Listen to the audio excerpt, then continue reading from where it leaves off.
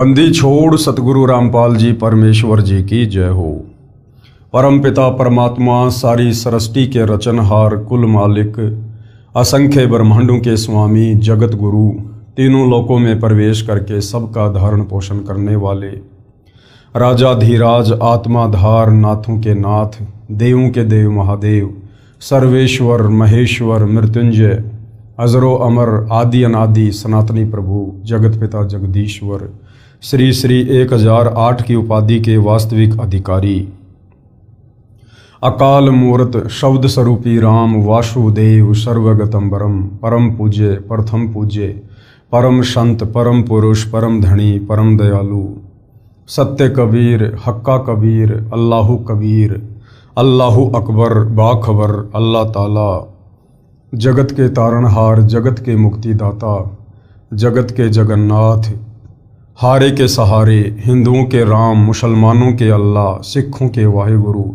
ईसाइयों के मसीह दया के सागर दयानिधि करुणा के सागर करुणानिधि स्वयंभू परिभू संकट मोचन कष्टहरण मंगल करण दुख भंजन अविगत कबीर निर्विकार निर्विषम परमात्मा अलय अलेख सतगुरु आदि अनादि सतगुरु असली मर्यादा पुरुषोत्तम असली राम असली कृष्ण असली घनश्याम असली मुरारी राजाओं के राजा महाराजाओं के महाराजा शहंशाहों के शहंशाह सम्राटों के सम्राट भगवानों के भगवान अल्लाहों के अल्लाह प्रभुओं के प्रभु मसीहाओं के मसीह सच्चे वाहिगुरु बाबाओं के बाबा पीरों के पीर सेठों के सेठ जगत सेठ सावड़सा सेठ सर्वगुण संपन्न अनंत कोटि कलाओं के स्वामी अनंत कोटि ब्रह्मांडों के नायक योगियों में महायोगी ध्यानियों में महाध्यानी सिद्धों में परम सिद्ध ज्ञानियों में तत्व ज्ञानी ब्रह्म ज्ञानी महाज्ञानी परम ज्ञानी सर्वश्रेष्ठ ज्ञानी विज्ञानी युवा कबीर समर्थ कबीर असमवात अमित ओजा सच्चे रहनुमा करीम अल्लाह सुभान अल्लाह दुनिया के अंतिम पैगंबर 8 सितंबर 1951 से गांव धनाना जिला सोनीपत हरियाणा भारतवर्ष की पावन भूमि पे प्रकट रियल कल की भगवान श्री नारायण साकार हरि श्री बाबा साहेब नूर अनंत परमात्मा सच्चे दरवेश सच्चे बाखबर संत श्रोमणी सतगुरु रामपाल जी परमेश्वर जी के चरण कमल में आप और हम सभी भाई बहनों का अनंत कोटि दंडवत प्रणाम। सत्साई भाई और बहनों, बहुत बड़ी दया बहुत बड़ी मेहर पूज्य गुरुदेव भगवान की परमेश्वर रामपाल जी की जिनके शुभ आशीर्वाद से विशेष आशीर्वाद से उन्हीं के सत्संगों के संग्रह के ऊपर बन चुकी पवित्र आध्यात्मिक पुस्तक कबीर बड़ा या कृष्ण के ऊपर वीडियो बनाने की श्रृंखला जारी है। इसी श्रृंखला में आज हमारा ये 28वें नंबर का वीडियो है। इस पवित्र पुस्तक कबीर बड़ा या कृष्ण के प्रत्येक वीडियो से हिंदू समाज से जुड़े श्रद्धालुओं को एक विशेष जानकारी अध्यात्म को लेकर भक्ति और भगवान को लेकर शास्त्र अनुकूल साधना को लेकर निरंतर प्राप्त हो रही है। वो तमाम जो जानकारियां हमारे नादान धर्म गुरु तत्व ज्ञान के अभाव से हमें उपलब्ध नहीं करवा पाए और हमें शास्त्र विरुद्ध साधना पर ही लगा कर रखा। जिस शास्त्र विरुद्ध साधना को करने के चलते पीढ़ियों से सदियों से हमारे पूर्वज प्रेत योनियों में जा रहे हैं और यदि वर्तमान में परम पूज्य सतगुरु रामपाल जी हमें ना मिलते, वे हमें अपनी शरण में ना लेते, तो हम भी वही परंपरागत शास्त्र विरुद्ध साधना करते हुए लक 84 योनियों में जाते और प्रेत योनि में जाते और असहनीय कष्ट भोगते। तो भाई और बहनों, ये पवित्र पुस्तक कबीर बड़ा या कृष्ण विशेषकर हिंदू समाज के लिए किसी वरदान से कम नहीं है, क्योंकि इस पवित्र पुस्तक में चारों वेद पवित्र गीता जी और पुराणों का ज्ञान मिश्रित है। यानी इन तमाम सदग्रंथों का जिन्हें हिंदू अपना कहते हैं, इनका निष्कर्ष निकाल कर डाला गया है और आप बड़ी आसानी से समझ सकते हैं कि वास्तव में भक्ति क्या है, मोक्ष प्राप्ति का सर्वोत्तम तरीका क्या है, शास्त्र अनुकूल तरीका क्या है। इसके अलावा आपको इस पृथ्वी पर कहीं पर भी शास्त्र अनुकूल भक्ति साधना की जानकारी नहीं मिल सकती। तो भाइयों और बहनों, आज हमारा जो 28वें नंबर का पार्ट है और इस पवित्र पुस्तक का जो टॉपिक चल रहा है वो है जनता की अदालत, यानी मामला अध्यात्म को लेकर कि सबसे बड़ा भगवान कौन है, who is supreme God, Kabir बड़ा या कृष्ण। ये मुद्दा जनता की अदालत में चल रहा है और जनता की अदालत में जज जनता को बनाया गया है, क्योंकि वर्तमान में जनता शिक्षित है, पढ़ी लिखी है, अपनी आंखों से अपने ही धर्मशास्त्रों में छुपे वो सारे प्रमाण देखकर निर्णय कर सकती है। तो हिंदू धर्म के जितने भी धर्म गुरु हैं, आचार्य शंकराचार्य, ये सब श्री कृष्ण उर्फ विष्णु जी को पूर्ण परमात्मा बताते हुए जनता की अदालत में उनके वकील बनकर उनका पक्ष लेकर पैरवी कर रहे हैं। तो दूसरी तरफ कबीर जी के वकील के रूप में स्वयं ही कबीर जी, जो वर्तमान में सतगुरु रामपाल जी के रूप में धरती पर प्रकट हैं, पैरवी कर रहे हैं। और जनता की अदालत में बहुत कुछ क्लियर हो चुका है अध्यात्म को लेकर, भक्ति और भगवान को लेकर। और जितने भी दावे हमारे हिंदू धर्म गुरुओं ने श्री कृष्ण उर्फ विष्णु को पूर्ण परमात्मा लेकर किए थे, वो सारे के सारे दावे सतगुरु रामपाल जी ने उन्हीं हिंदू धर्म ग्रंथों को दिखा दिखाकर जनता के सामने उन श्री कृष्ण जी के वकीलों के दावों का खंडन कर दिया है, उनको फैल कर दिया है। और जनता अब धीरे धीरे ये मानने को मजबूर हो रही है कि वास्तव में श्री कृष्ण उर्फ विष्णु अर्थात ये ब्रह्मा विष्णु महेश ये पूर्ण परमात्मा नहीं है और इनकी भक्ति करने से हमारी मुक्ति नहीं है और कबीर ही सुप्रीम गॉड है। और इस बात को अच्छे से समझने के लिए जनता खुद सतगुरु रामपाल जी से अध्यात्म को लेकर तरह तरह के सवाल कर रही है और सतगुरु रामपाल जी प्रत्येक सवाल का शास्त्र प्रमाणित जवाब दे रहे हैं।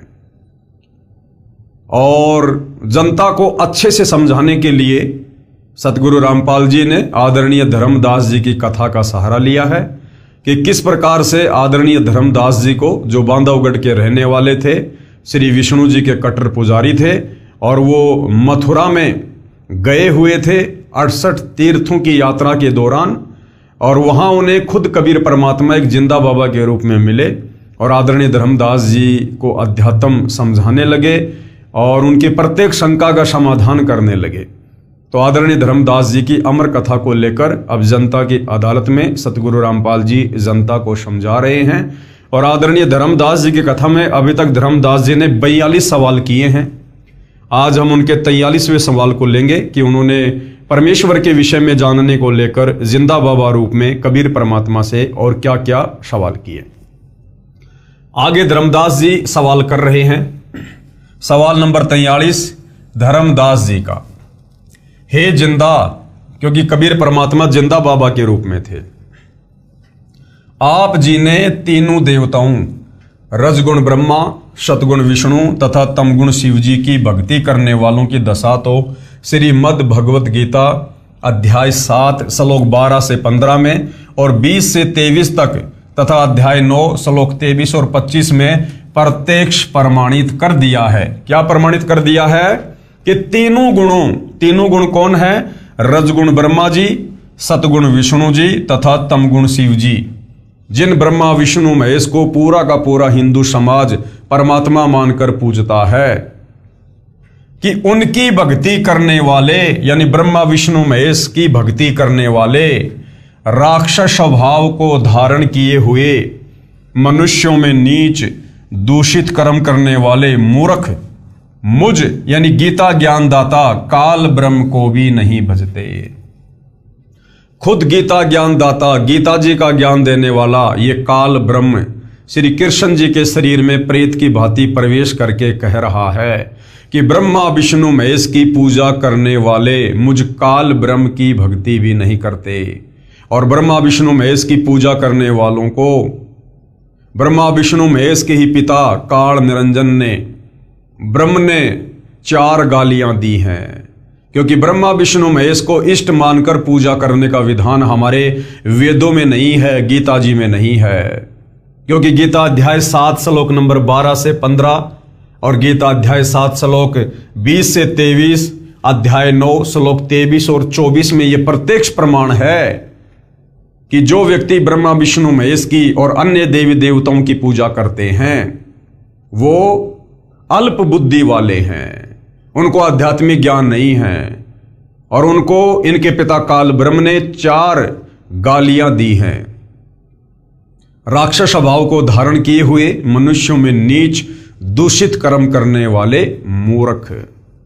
तो धर्मदास जी ने जब ये सारी बातें सुनी तो उनके पैरों तले की जमीन निकल गई। और धर्मदास जी कह रहे हैं कि अन्य देवताओं की भक्ति पूजा करने वालों का सुख समय यानी स्वर्ग समय क्षणिक होता है। यानी ब्रह्मा विष्णु महेश के अलावा जो अन्य देवी देवताओं की पूजा करते हैं, वैसे तो गीता अध्याय 7 श्लोक नंबर 12 से 15 और 20 से 23 में ये क्लियर हो गया कि ये ब्रह्मा विष्णु महेश भी अन्य देवी देवताओं की श्रेणी में आते हैं, अन्य देवी देवताओं की श्रेणी में। और इनकी जो भक्ति करता है उनका स्वर्ग समय बहुत कम होता है और नरक और 184 योनियों का समय बहुत ज्यादा होता है। स्वर्ग की प्राप्ति करके शीघ्र ही वो कहां जाते हैं? पृथ्वी पर जन्म धारण करते हैं, यानी 184 योनि में गधे कुत्ते सूअर बनते हैं। हे महात्मा जी, धर्मदास जी कह रहे हैं परमात्मा को, हे महात्मा जी कृपया कोई संसार में हुए बर्ताव से ऐसा प्रकरण सुनाइए जिससे आप जी की बताई बातों की सत्यता का प्रमाण मिले। तीनों देवताओं के पुजारी ऐसा बर्ताव करते हैं। धर्मदास जी कह रहे हैं कि हे महात्मा जी, आपने गीता जी से तो क्लियर कर दिया, अध्याय 7 श्लोक नंबर 12 से 15 और 20 से 23 से, अध्याय 9 श्लोक नंबर 23 और 24 से, कि ब्रह्मा विष्णु महेश की पूजा नहीं करनी चाहिए, ये इष्ट मानकर पूजा करने योग्य नहीं है। इनका पिता काल ब्रह्म इनकी भक्ति करने वालों को 4 गालियां दे रहा है और कह रहा कि ये तो राक्षस स्वभाव को धारण किए हुए मनुष्यों में नीच हैं जो ब्रह्मा विष्णु महेश की भक्ति करते हैं।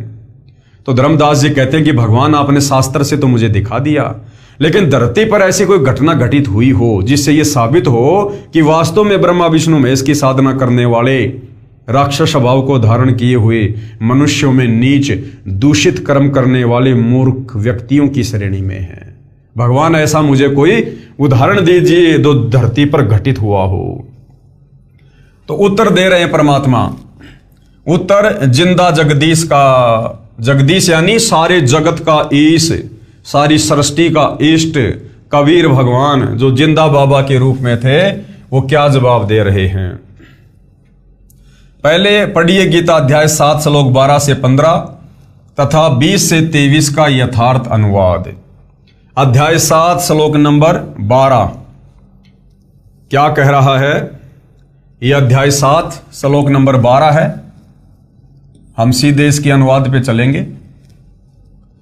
अनुवाद, और भी जो सत्वगुण विष्णु से स्तुति भाव है और जो रजोगुण ब्रह्मा जी से उत्पत्ति तथा तमोगुण शिव से संहार है, उन सब को तू मेरे द्वारा सुनियोजित नियम अनुसार ही होने वाले हैं ऐसा जान, परंतु वास्तव में उनमें मैं और वे मुझ में नहीं है। यानी गीता ज्ञानदाता काल ब्रह्म कह रहा है कि वास्तव में जो रजोगुण है, सतोगुण है, तमोगुण है, यानी तीनों देवता ब्रह्मा विष्णु महेश को इनके पिता काल ब्रह्म ने एक एक गुण से युक्त कर रखा है। तो वो कह रहा है कि ये सब कुछ मेरे से ही हुआ है, इसका मूल कारण, मुख्य कारण मैं हूं।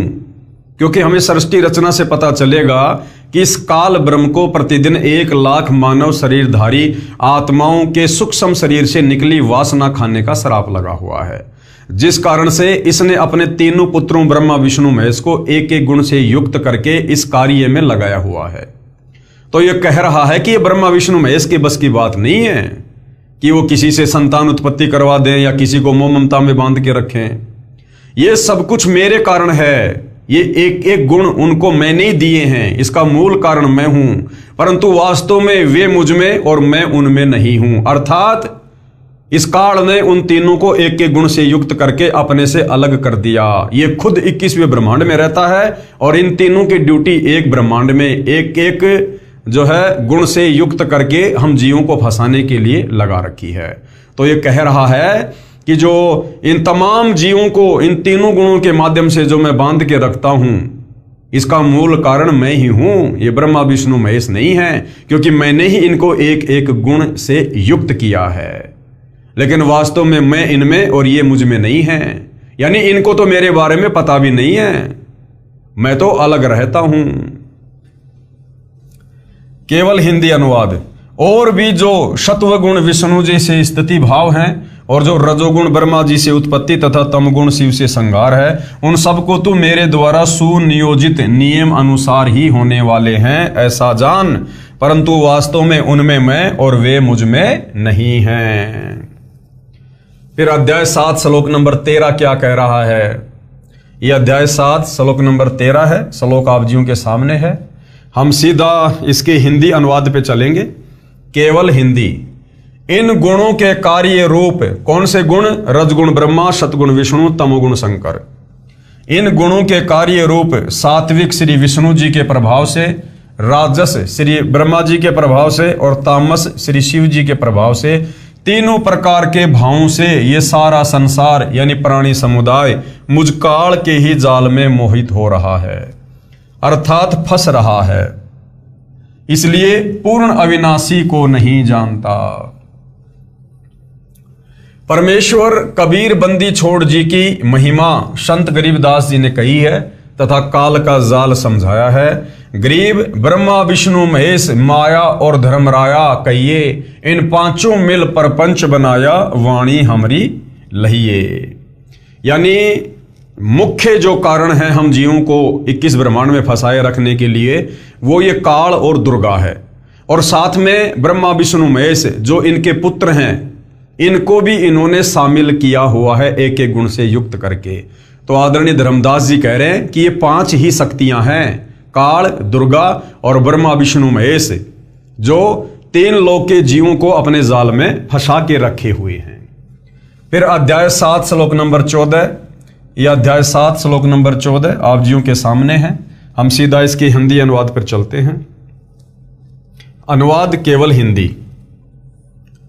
क्योंकि यह अलौकिक अर्थात अति अद्भुत त्रिगुणमयी मेरी माया बड़ी दुस्तर है। कौन सी? रजगुण ब्रह्मा, सतगुण विष्णु, तमोगुण शंकर से निकल रही माया। काल कह रहा है कि ये बड़ी अद्भुत है, दुस्तर है, परंतु जो पुरुष यानी जो भगत मुझको ही निरंतर भजते हैं, वे इस माया का उल्लंघन कर जाते हैं, अर्थात तीनों गुणों रजगुण ब्रह्मा जी, सतगुण विष्णु जी तथा तमगुण शिव से ऊपर उठ जाते हैं, लेकिन रहेंगे काल के जाल में ही। ये कह रहा है कि यदि कोई डायरेक्ट ब्रह्मा विष्णु महेश को ना पूज के अगर मुझ काल ब्रह्म की साधना करता है तो वो इस माया से ऊपर उठ जाते हैं, परंतु जन्म और मरण समाप्त नहीं हो सकता, वो रहेगा मेरे जाल में ही।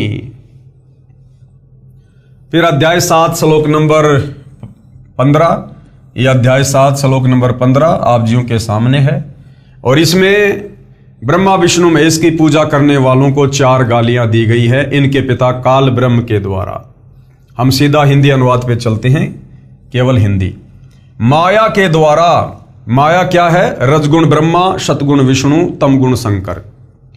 माया के द्वारा अर्थात रजगुण ब्रह्मा, सतगुण विष्णु तथा शिव जी रूपी त्रिगुणी माई माया की साधना से होने वाला क्षणिक लाभ पर ही आश्रित हैं, जिनका ज्ञान हरा जा चुका है, जो मेरी अर्थात ब्रह्म साधना भी नहीं करते, इन्हीं तीनों देवताओं तक सीमित रहते हैं। ऐसे आसुर यानी राक्षस स्वभाव को धारण किए हुए मनुष्यों में नीच दूषित कर्म करने वाले मूर्ख मुझको भी नहीं भजते, अर्थात वे तीनों गुणों रजगुण ब्रह्मा, सतगुण विष्णु, तमगुण शिव की साधना ही करते रहते हैं। भावार्थ। गीता अध्याय 7 श्लोक नंबर 12 से 15 का भावार्थ है कि जो भगत, कौन कह रहा है? ये काल कह रहा है कि जो साधक, जो भगत स्वभाववश तीनों गुणों रजगुण ब्रह्मा जी, सतगुण विष्णु जी, तमगुण शिव जी तक की साधना से मिलने वाले लाभ पर ही आश्रित रहकर इन्हीं तीनों प्रभुओं की भक्ति से जिनका ज्ञान हरा जा चुका है, वे राक्षस स्वभाव को धारण किए हुए मनुष्यों में नीच शास्त्र विधि विरुद्ध भक्ति रूपी दुष्कर्म करने वाले मूर्ख मुझ ब्रह्म यानी काल को भी नहीं भजते, यानी मेरा भी वो ध्यान नहीं करते, मेरी भी शास्त्र अनुकूल साधना नहीं करते। अध्याय 7 श्लोक 20 से 23 का भी इन्हीं से लगातार संबंध है। अब अध्याय 7 श्लोक नंबर 20 में क्या कहा गया है? यह अध्याय 7 श्लोक नंबर 20 आप जियों के सामने है। हम सीधा इसके हिंदी अनुवाद पे चलते हैं। उन भोगों की कामना द्वारा जिनका ज्ञान हरा जा चुका है, वे लोग अपने स्वभाव से प्रेरित होकर उस अज्ञान रूप अंधकार वाले नियम के आश्रय से अन्य देवताओं को भजते हैं अर्थात पूजते हैं। अध्याय 7 श्लोक नंबर 21 श्लोक आप जियों के सामने है। हम सीधा इसकी हिंदी अनुवाद पे चलेंगे। अनुवाद केवल हिंदी। जो भगत जिस देवता के स्वरूप को श्रद्धा से पूजना चाहता है, उस भगत की श्रद्धा को मैं उसी देवता के प्रति स्थिर करता हूं। अध्याय 7 श्लोक नंबर 22, ये अध्याय 7 श्लोक नंबर 22 है, केवल हिंदी अनुवाद।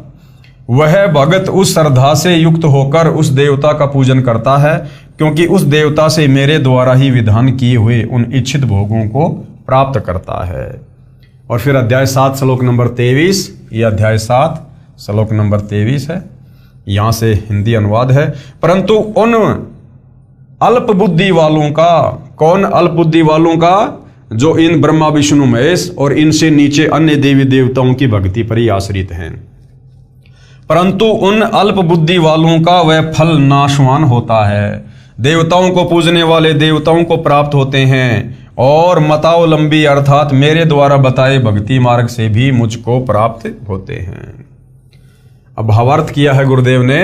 गीता अध्याय 7 श्लोक 20 से 23 तक का भावार्थ है कि जो गीता अध्याय 7 श्लोक 12 से 15 में कहा है कि तीनों गुण, रजगुण श्री ब्रह्मा जी, सतगुण श्री विष्णु जी और तम गुण श्री शिव जी रूपी माया द्वारा जिनका ज्ञान हरा जा चुका है, यानी जिनकी बुद्धि भ्रष्ट हो चुकी है, वो ब्रह्मा विष्णु महेश से ऊपर और किसी को पूजना पसंद नहीं करते। अर्थात जो तीनों देवताओं की साधना करते हैं, वे राक्षस स्वभाव को धारण किए हुए मनुष्यों में नीच दूषित कर्म करने वाले मूर्ख मुझ ब्रह्म की पूजा नहीं करते। इसी के संबंध में गीता अध्याय 7 श्लोक 20 से 23 में कहा है कि जिनका ज्ञान उपरोक्त तीनों देवताओं द्वारा हरा जा चुका है, वे अपने स्वभाववश उन्हीं देवताओं की पूजा मनोकामना पूर्ण करने के मकसद से करते हैं। अर्थात गीता ज्ञानदाता कह रहा है कि मेरे से अन्य देवताओं की पूजा करते हैं। जो भगत जिस देवता की पूजा करता है, उसकी श्रद्धा मैं ही उस देवता के प्रति दृढ़ करता हूं।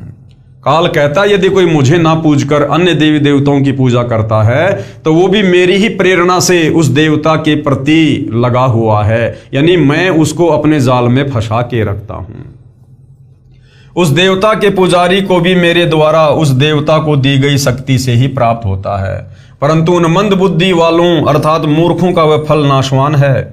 देवताओं के पूजने वाले देवताओं को प्राप्त होते हैं, मेरे भगत मुझे प्राप्त होते हैं। भावार्थ है कि जो ब्रह्मा विष्णु तथा शिव की पूजा या अन्य किसी देव की पूजा करते हैं, उन देवताओं की पूजा का फल नाशवान है, अर्थात वह पूजा व्यर्थ है, बेकार है। हिरण्यकशिपु के वध, रावण भस्मासुर का वध तथा हरिद्वार में तीनों देवताओं के पुजारियों का युद्ध का वर्णन इसी पुस्तक के पेज नंबर 189 पर है, जो हम पहले पढ़ चुके हैं। यानी ब्रह्मा विष्णु महेश की पूजा करने वालों को जो 4 गालियां दी गई, उन्हें अल्प बुद्धि वाला कहा गया है। क्यों कहा गया है? वो उदाहरण आप जी को भस्मासुर का, रावण का, हिरण्यकशिपु का, और एक समय हरिद्वार हर की पौड़ी पर जो कुंभ का मेला लगा था, और उसमें किस प्रकार से ये तीनों गुणों के उपासक आपस में प्रथम स्नान को लेकर 25,000 साधु आपस में कट करके मर गए थे, इसका उदाहरण हम पहले इसी पवित्र पुस्तक के पेज नंबर 189 पर पढ़ चुके हैं, आप जी देख सकते हैं।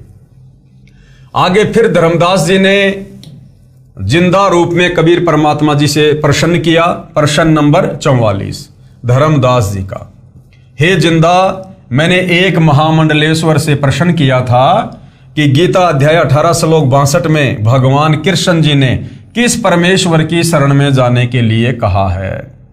उस महामंडलेश्वर ने उत्तर दिया था कि भगवान श्री कृष्ण के अतिरिक्त कोई भगवान ही नहीं है। कृष्ण जी ही स्वयं पूर्ण परमात्मा है। वे अपनी ही शरण में आने के लिए कह रहे हैं, बस कहने का फेर है। हे जिंदा जी, कृपया मुझ अज्ञानी का भ्रम निवारण करो। तो कबीर परमेश्वर ने किस प्रकार से भ्रम निवारण किया? उत्तर, जिंदा बाबा परमेश्वर का है धर्मदास, ये माला डाल हुए हैं मुक्ता और सटदल उआ बाई बक्ता।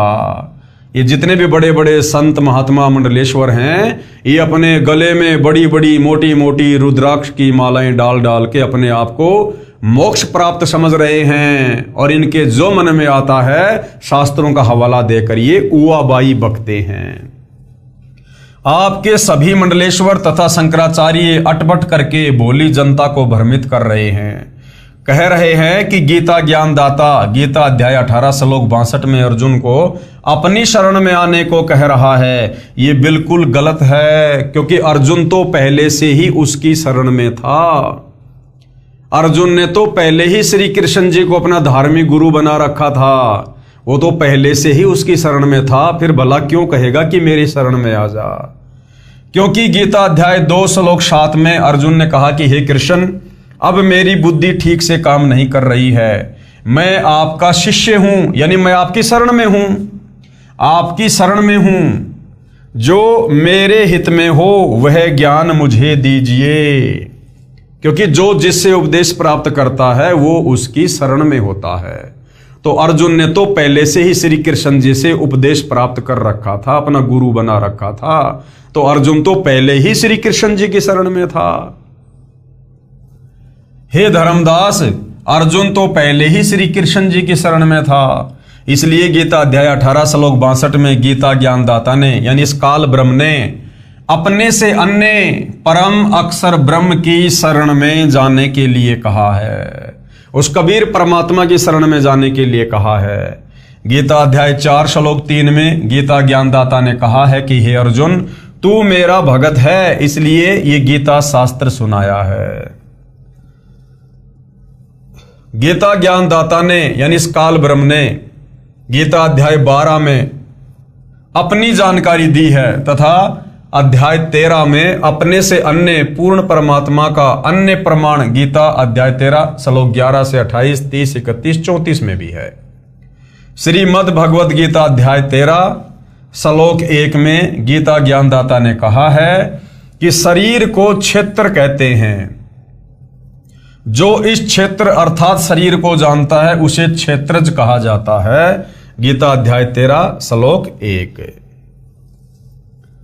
पेश है गीता अध्याय 13 श्लोक 1 की फोटोकॉपी। ये श्लोक भाई और बहनों आप जियों के समक्ष है। हे अर्जुन, यह शरीर क्षेत्र इस नाम से कहा जाता है, और इसको जो जानता है उसको क्षेत्रज इस नाम से उनके तत्व को जानने वाले ज्ञानी जन कहते हैं। गीता अध्याय 13 श्लोक 2 में गीता ज्ञानदाता ने कहा है कि मैं क्षेत्रज हूं। क्षेत्र तथा क्षेत्रज दोनों को जानना ही तत्व ज्ञान कहा जाता है, ऐसा मेरा मत है। गीता अध्याय 13 श्लोक 10 में कहा है कि मेरी भक्ति अव्यभिचारिणी होनी चाहिए। काल ब्रह्म क्या कह रहा है कि अर्जुन, मेरी भक्ति अव्यभिचारिणी होनी चाहिए, यानी अगर मुझ काल ब्रह्म की साधना कोई करता है तो उसमें अन्य देवी देवताओं को शामिल ना किया जाए, ब्रह्मा विष्णु महेश को भी ना पूजा जाए, केवल मुझ अकेले ब्रह्म की साधना करना ही अव्यभिचारिणी भक्ति कहलाएगी। गीता अध्याय 13 श्लोक 10 में कहा है कि मेरी भक्ति अव्यभिचारिणी होनी चाहिए। जैसे अन्य देवताओं की साधना तो गीता अध्याय 7 श्लोक 12 से 15 तथा 20 से 23 में, तथा अध्याय 9 श्लोक 23-24 में बेकार कही है, व्यर्थ कही है। केवल ब्रह्म की भक्ति करें, उसके विषय में यहां कहा है कि अन्य देवता में आसक्त ना हो। भावार्थ है कि भक्ति व मुक्ति के लिए ज्ञान समझो, वक्ता बनने के लिए नहीं। इसके अतिरिक्त वक्ता बनने के लिए ज्ञान सुनना अज्ञान है। पतिव्रता स्त्री की तरह केवल मुझ में आस्था रखकर भक्ति करो। कौन कह रहा है? काल ब्रह्म कह रहा है कि एक पतिव्रता स्त्री की तरह मुझ काल ब्रह्म में आस्था रख के मेरी साधना करो, तब मेरे ब्रह्मलोक को प्राप्त करोगे। तो भाई और बहनों, यदि काल की भक्ति भी पतिव्रता पद पे रहकर पूर्ण की जाती है तो सोचिए परम अक्षर ब्रह्म कबीर देव की भक्ति में फिर हम भला अन्य किसी और को शामिल कैसे कर सकते हैं। अन्य मनुष्यों में बैठकर बातें बनाने का स्वभाव नहीं होना चाहिए। एकांत स्थान में रहकर भक्ति करें। एकांत स्थान में रहने का मतलब है अन्य सारे सांसारिक चौचलों से दूर हटकर, अन्य देवी देवताओं की भक्ति से दूर हटकर और मुझ काल ब्रह्म की भक्ति करें, पतिव्रता पद पे रहकर। पेश है गीता अध्याय 13 श्लोक 2 की फोटोकॉपी। हे अर्जुन, सब क्षेत्रों में क्षेत्रज अर्थात जीवात्मा भी मुझे ही जान, और क्षेत्रज का अर्थात विकार सहित प्रकृति का और पुरुष का जो तत्व से जानता है वह ज्ञान, ऐसा मेरा मत है।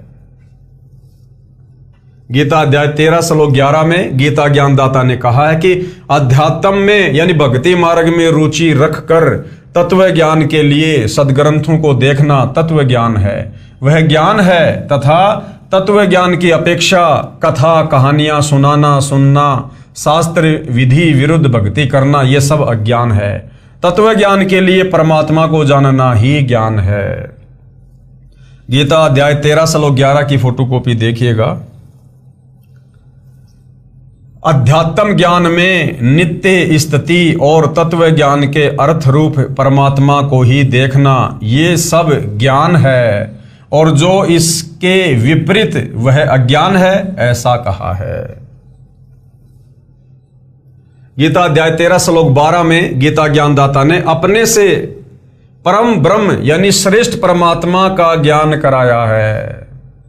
कहा है कि जो परमात्मा जानने योग्य है, जिसको जानकर अमृतम अश्नुते अर्थात अमृतत्व प्राप्त होता है, अर्थात पूर्ण मोक्ष का अमृत जैसा आनंद भोगने को मिलता है, उसको भली भांति कहूंगा। वह दूसरा परमात्मा यानी अपने से अन्य उस श्रेष्ठ परमात्मा के बारे में कह रहा है गीता ज्ञानदाता। वह दूसरा परमात्मा यानी परम अक्षर ब्रह्म न तो सत कहा जाता है और न ही असत। अर्थात गीता ज्ञानदाता ने अध्याय 4 श्लोक 32 व 34 में कहा है कि जो तत्व ज्ञान है उसमें परमात्मा का पूर्ण ज्ञान है। वह तत्व ज्ञान परमात्मा अपने मुख कमल से स्वयं उच्चारण करके बोलता है। उस तत्व ज्ञान को तत्वदर्शी संत जानते हैं। उस तत्व ज्ञान को कौन जानते हैं? उस तत्व ज्ञान को तत्वदर्शी संत जानते हैं। और वर्तमान में इस पृथ्वी पर वह एकमात्र तत्वदर्शी संत सतगुरु रामपाल जी हैं। उनको दंडोत प्रणाम करने से, नम्रता पूर्वक प्रश्न करने से वे परमात्म तत्व को भली भांति जानने वाले तत्वदर्शी संत तुझे तत्व ज्ञान का उपदेश करेंगे।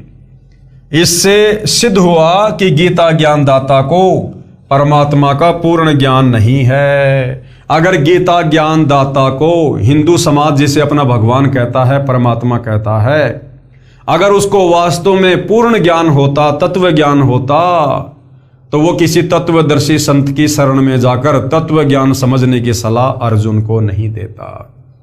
तो इससे ये क्लियर हो गया कि हिंदू समाज जिस गीता ज्ञानदाता को अपना भगवान मानता है, वो चाहे श्री कृष्ण जी को माने, चाहे विष्णु जी को माने, चाहे काल ब्रह्म को माने, उसे कंप्लीट आध्यात्मिक ज्ञान नहीं है। और जिस भगवान को कंप्लीट भक्ति का ही ज्ञान नहीं है, फिर भला उसकी भक्ति करके, उसको इष्ट मानकर पूजा करके भगत का पूर्ण मोक्ष कैसे हो सकता है?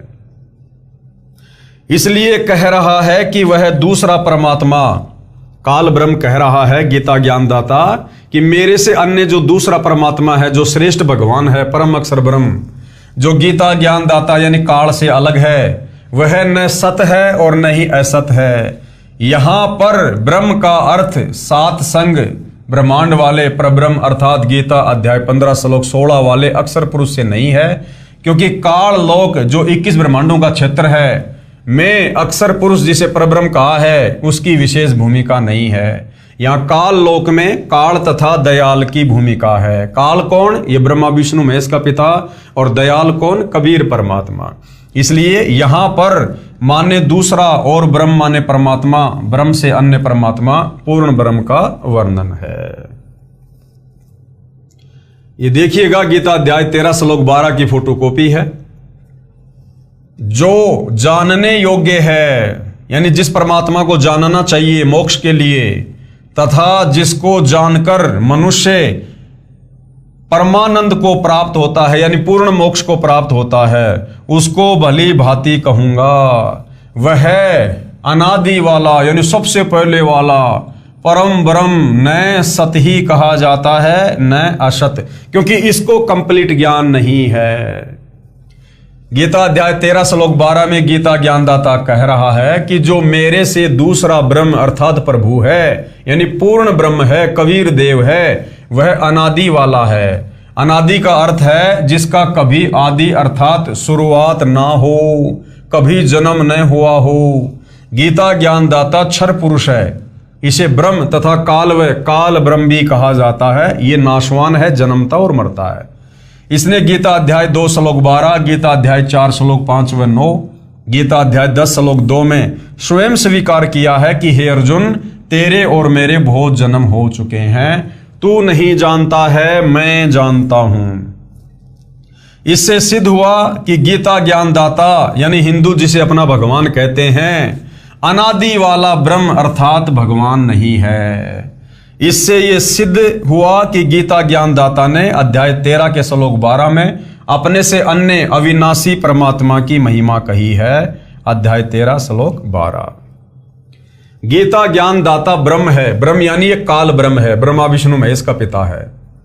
यह 1000 यानी सहस्त्र हाथ पैर वाला है। इसका सहस्त्र कमल है अर्थात 1000 पंखड़ियों वाला कमल है। गीता अध्याय 11 श्लोक 46 में अर्जुन ने कहा कि हे सहस्त्राबाहु यानी हे 1000 हाथों वाले, आप चतुर्भुज रूप में आइए। इससे सिद्ध हुआ कि गीता ज्ञानदाता केवल 1000 भुजाओं वाला है, अन्यथा ब्रह्मा विष्णु महेश तो केवल 4 भुजा से अधिक भुजा नहीं बना सकते। तो फिर महाभारत युद्ध के दौरान अर्जुन को जो विराट रूप दिखाया गया था वो कौन था, जिसमें अर्जुन कह रहा है हे सहस्त्राबाहु यानी हे 1000 हाथों वाले।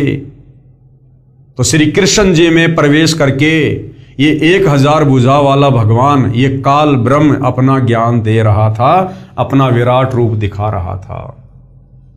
इसलिए गीता अध्याय 13 श्लोक 13 में गीता ज्ञानदाता ने अपने से अन्य सब और हाथ पैर वाले, सब और नेत्र सिर और मुख वाले और सब और कान वाले परमात्मा की महिमा कही है।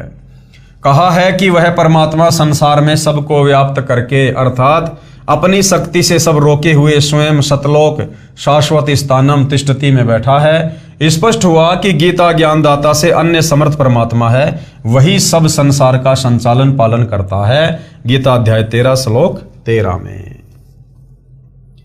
गीता अध्याय 13 श्लोक 13 की फोटोकॉपी।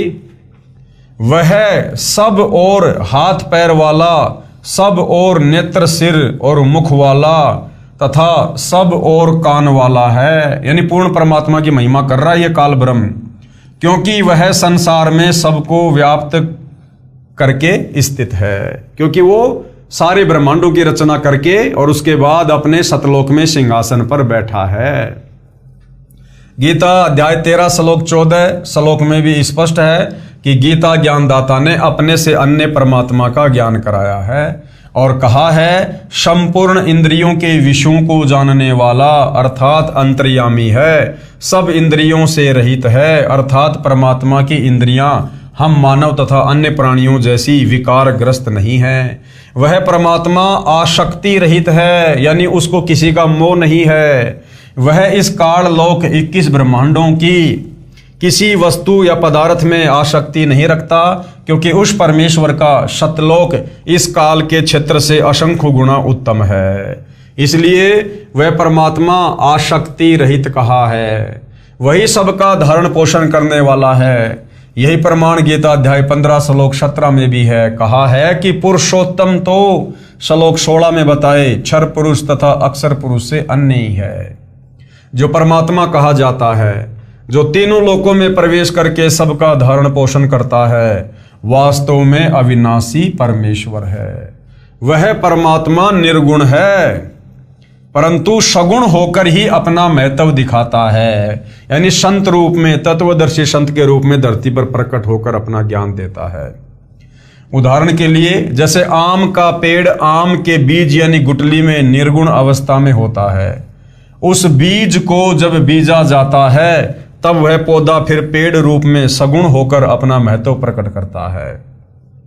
अर्थात पूर्ण परमात्मा कबीर साहिब सतलोक में निर्गुण रूप में सिंहासन पर विराजमान है, और जब उसे हम प्राणियों को विशेष लाभ देना होता है, हमारे भाग्य में लिखे संकटों का मर्दन करना होता है, तो वो तत्वदर्शी संत के रूप में धरती पर प्रकट होता है। और जब हम उनकी शरण में आ जाते हैं, उनकी मर्यादा में रहकर भक्ति करते हैं, तो सगुण रूप में प्रकट वह परमात्मा हमें भाग्य से अधिक लाभ देता है।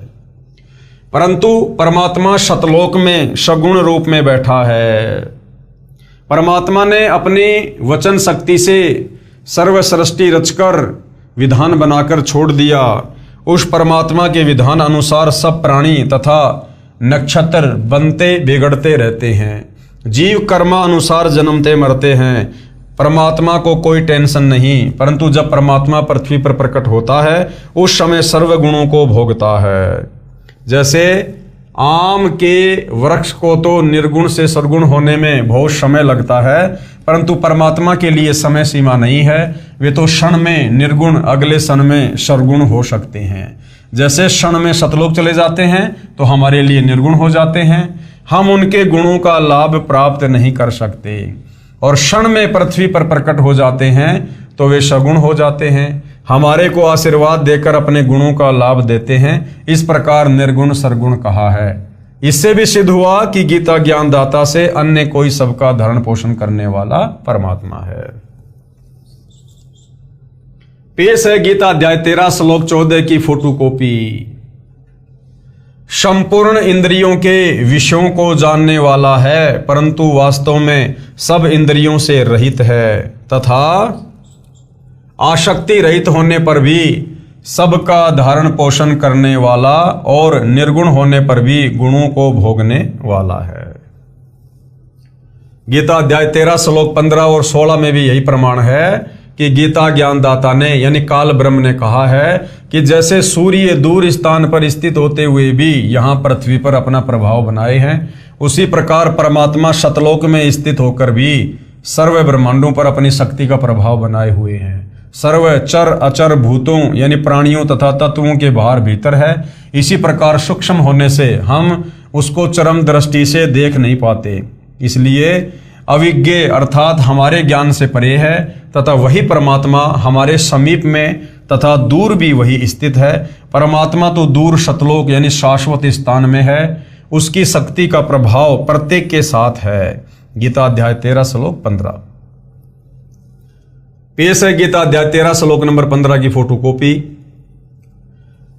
चराचर सब भूतों यानी प्राणियों के बाहर भीतर परिपूर्ण है, और चर अचर रूप भी वही है, और वह सूक्ष्म होने से अविज्ञ है तथा अति समीप में और दूर में भी स्थित वही है।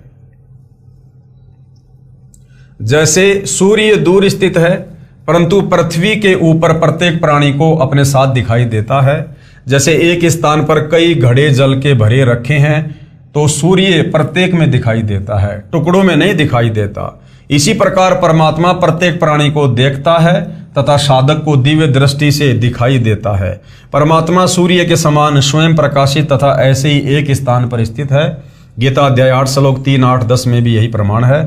वह परमात्मा जानने योग्य है, यानी उस परमात्मा की भक्ति करनी चाहिए।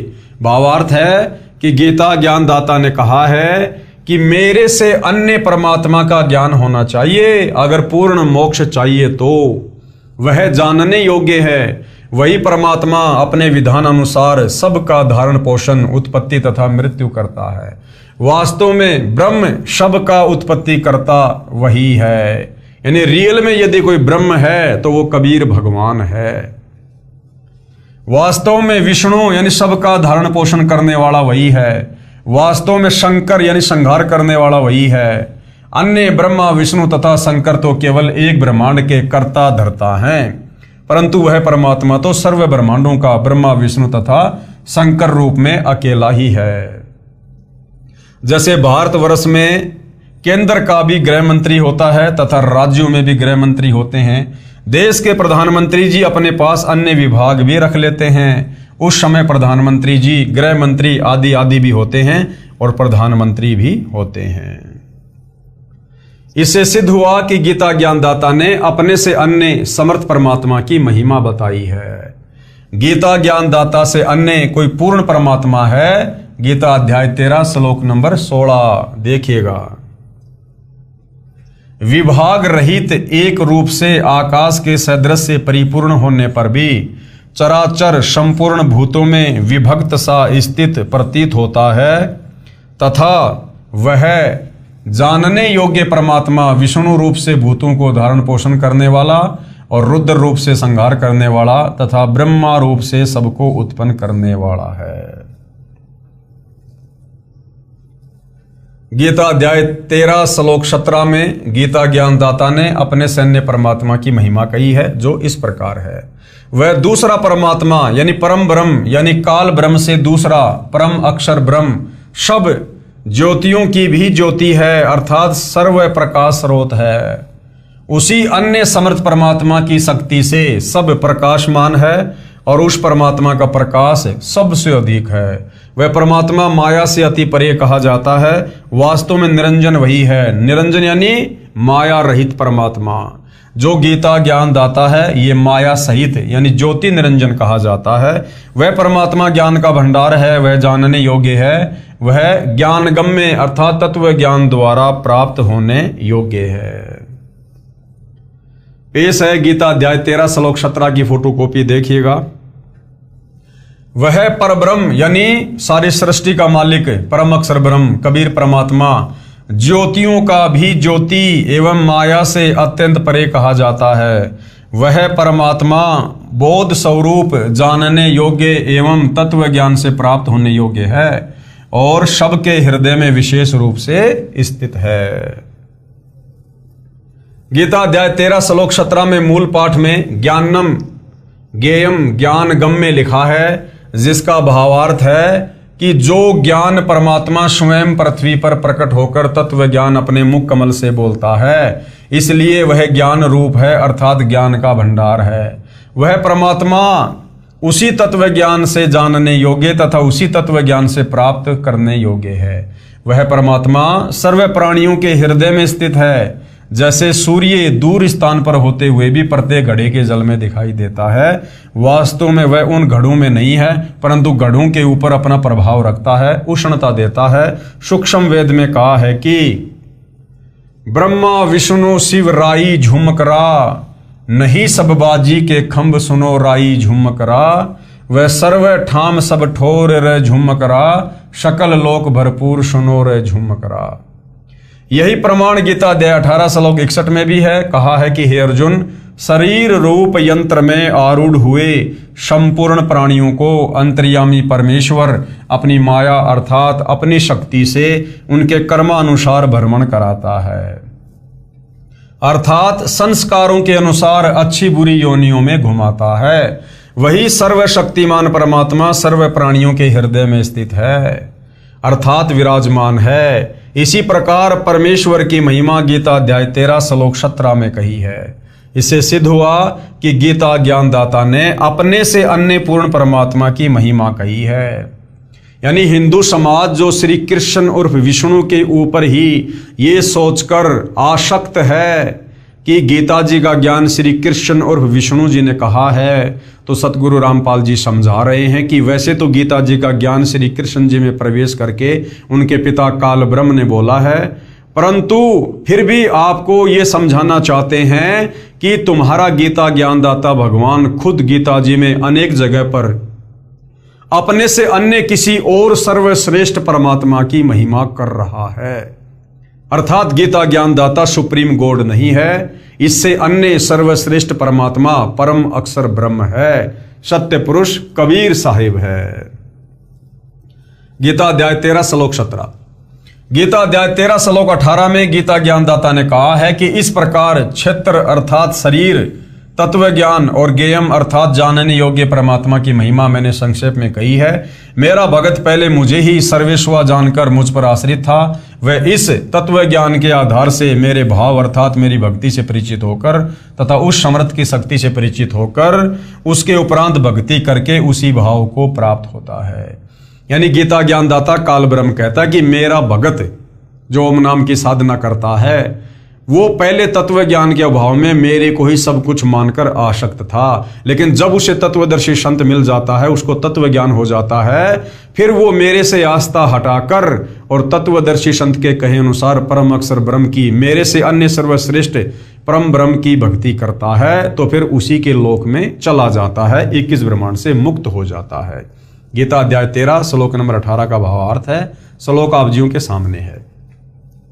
इस प्रकार क्षेत्र तथा ज्ञान और जानने योग्य परमात्मा स्वरूप संक्षेप से कहा गया। मेरा भगत इसको तत्व से जानकर मेरे स्वरूप को प्राप्त होता है। इसी प्रकार गीता अध्याय 13 श्लोक 19 में गीता ज्ञानदाता ने अपने से अन्य पुरुष अर्थात परमात्मा की महिमा कही है। कहा है कि प्रकृति और पुरुष दोनों ही अनादि हैं। यहां पर प्रकृति से तात्पर्य सतलोक की प्रकृति से है, जिसको पराशक्ति परानंदनी महान प्रकृति कहा जाता है, और पुरुष का अर्थ पूर्ण परमात्मा है। ये दोनों अनादि हैं। इस प्रकृति का भावार्थ दुर्गा स्त्री रूप की तरह स्त्री रूप प्रकृति से नहीं है। जैसे सूर्य है तो उसकी प्रकृति उष्णता भी साथ ही है। इसी प्रकार सत्य पुरुष तथा उसकी प्रकृति अर्थात शक्ति दोनों अनादि हैं। इस प्रकार विकार तथा तीनों गुण जिससे उत्पन्न हुए हैं वह अन्य प्रकृति है। यानी गीता अध्याय 3 श्लोक नंबर 14 और 15 में जो प्रकृति है वो प्रकृति तो ये दुर्गा है जो काल की पत्नी है, और यहां जो प्रकृति है वो परमेश्वर की शक्ति है, उनकी पावर है, उससे उत्पन्न हुए हैं ऐसा जान। गीता अध्याय 7 श्लोक 4 और 5 में दो प्रकृति कही हैं, एक जड़ और दूसरी चेतन दुर्गा देवी। यहां पर दूसरी प्रकृति दुर्गा कही है, गीता अध्याय 13 श्लोक 19। ये देखिएगा, प्रकृति और पुरुष इन दोनों को ही तू अनादि जान, यानी परमात्मा और उसकी शक्ति को ही तू अनादि जान, और राग द्वेष आदि विकारों को तथा त्रिगुणात्मक संपूर्ण पदार्थों को भी प्रकृति से ही उत्पन्न जान। गीता अध्याय 13 श्लोक 20 में भी अन्य पुरुष यानी परमात्मा का वर्णन है। गीता प्रेस गोरखपुर से प्रकाशित गीता के इस श्लोक के अनुवाद में पुरुष का अर्थ जीवात्मा किया, जो गलत है। वास्तव में यहां पुरुष का अर्थ परमात्मा है, क्योंकि तत्व ज्ञान के अभाव में गीता अनुवाद करने वालों ने बहुत सारी जगह अर्थों का अनर्थ किया हुआ है। तो कहने का मतलब भाई और बहनों, गीता ज्ञानदाता काल ब्रह्म ने गीता जी में अपने से अन्य किसी और परमात्मा के विषय में ढेरों बार जिक्र किया है। अर्थात हिंदू समाज को परमात्मा यह समझाना चाहते हैं कि श्री कृष्ण अर्थात विष्णु ये कंप्लीट गॉड नहीं है, ये पूर्ण परमात्मा नहीं है, इसकी भक्ति से मुक्ति नहीं हो सकती, क्योंकि ये खुद अपने से अन्य किसी और परमात्मा का जिक्र कर रहा है और अर्जुन को उसकी शरण में जाने की सलाह दे रहा है।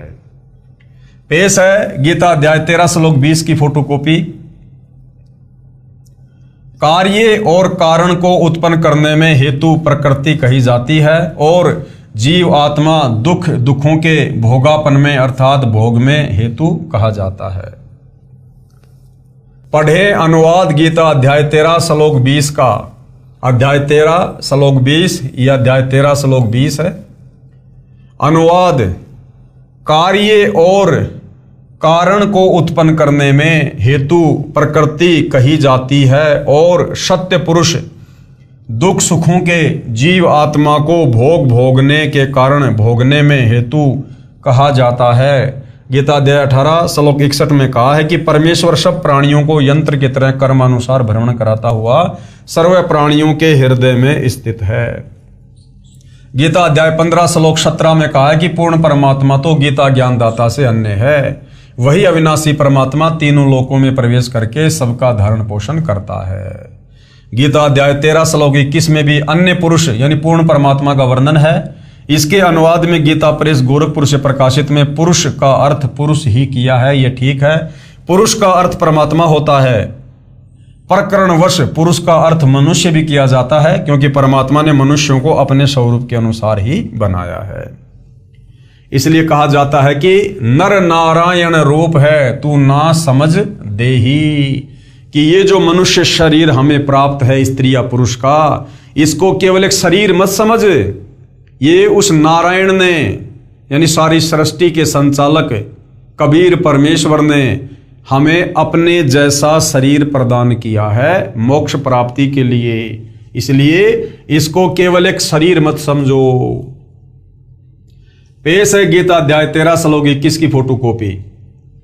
प्रकृति में स्थित ही पुरुष प्रकृति से उत्पन्न त्रिगुणात्मक पदार्थों को भोगता है और इन गुणों का संग ही इस जीवात्मा के अच्छी बुरी योनियों में जन्म लेने का कारण है। आगे भाई और बहनों, 84 लाख प्रकार के जीवों से मानव देह उत्तम है। 84 लाख प्रकार की योनियों से ये मनुष्य देह उत्तम है, सर्वश्रेष्ठ है। अर्थात ये जो मनुष्य जन्म, ये जो मनुष्य शरीर स्त्री या पुरुष का हमें वर्तमान में प्राप्त है, ये 84 लाख योनियों से अलग है। अगर ये शरीर भी 84 लाख योनियों में होता तो हम कभी भी परमात्मा प्राप्ति नहीं कर सकते थे, क्योंकि 84 लाख योनियों में जितने भी शरीर हैं, पशु पक्षी हैं, जितने भी जीव जंतु हैं, ये सब अपने कर्मों का भोग रहे होते हैं।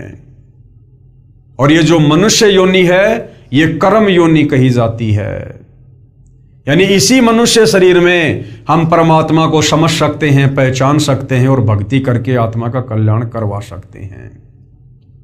तो भाई और बहनों, इसीलिए कहा जाता है कि मानव जन्म दुर्लभ है, ये मिले ना बारंबार, जैसे पेड़ से पत्ता टूट गिरे वो बहुर न लगता डार। और मानव जन्म पाए के जो नहीं रटे हरि नाम, यानी जो भक्ति नहीं करता मनुष्य जन्म प्राप्त करके, भाई जैसे कुआं जल बिना फिर बनवाया क्या काम। अगर इस मनुष्य शरीर को प्राप्त करके यदि हमने भक्ति करके मोक्ष प्राप्त नहीं किया तो क्या फायदा ये मनुष्य जन्म प्राप्त करने का। फिर वो परमात्मा हमसे और अधिक रुष्ट हो जाता है, नाराज हो जाता है कि नालायक, लग 84 योनियां भोगने के बाद मैंने तुझे अपने जैसा एक पवित्र शरीर दिया, ताकि इस शरीर को प्राप्त करके, विशेष बुद्धि प्राप्त करके तू मुझे जान सके, पहचान सके, तू मेरी भक्ति कर सके और वापस मेरे लोक सतलोक में आ सके। और मनुष्य जन्म प्राप्त करके भी यदि तू उन्हीं पशु कर्मों में लगा रहा, परमात्मा के शास्त्र अनुकूल साधना तत्वदर्शी संत को गुरु धारण करके नहीं की, तो ये तेरा मनुष्य जन्म बर्बाद हो जाएगा, व्यर्थ हो जाएगा और परमेश्वर हमें पुनः नाराज होकर लग 84 योनियों में डाल देता है।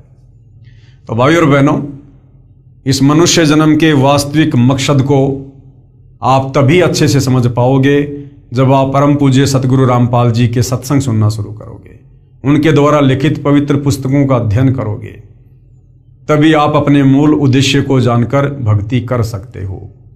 अन्यथा इस काल के षड्यंत्र में, इस भौतिक चक्काचौंध में हम इसी प्रकार से उलझे रहेंगे और ये काल हमें उलझा कर ही रखना चाहता है। तो भाई और बहनों, इस विषय के ऊपर हम आगे चर्चा करेंगे। तो आज के इस वीडियो में केवल इतना ही। परमेश्वर हम सबको आज्ञा दें, आशीर्वाद दें, सद्बुद्धि दें, हमारा मार्गदर्शन करें। बंदी छोड़ सतगुरु रामपाल जी परमेश्वर जी की जय हो।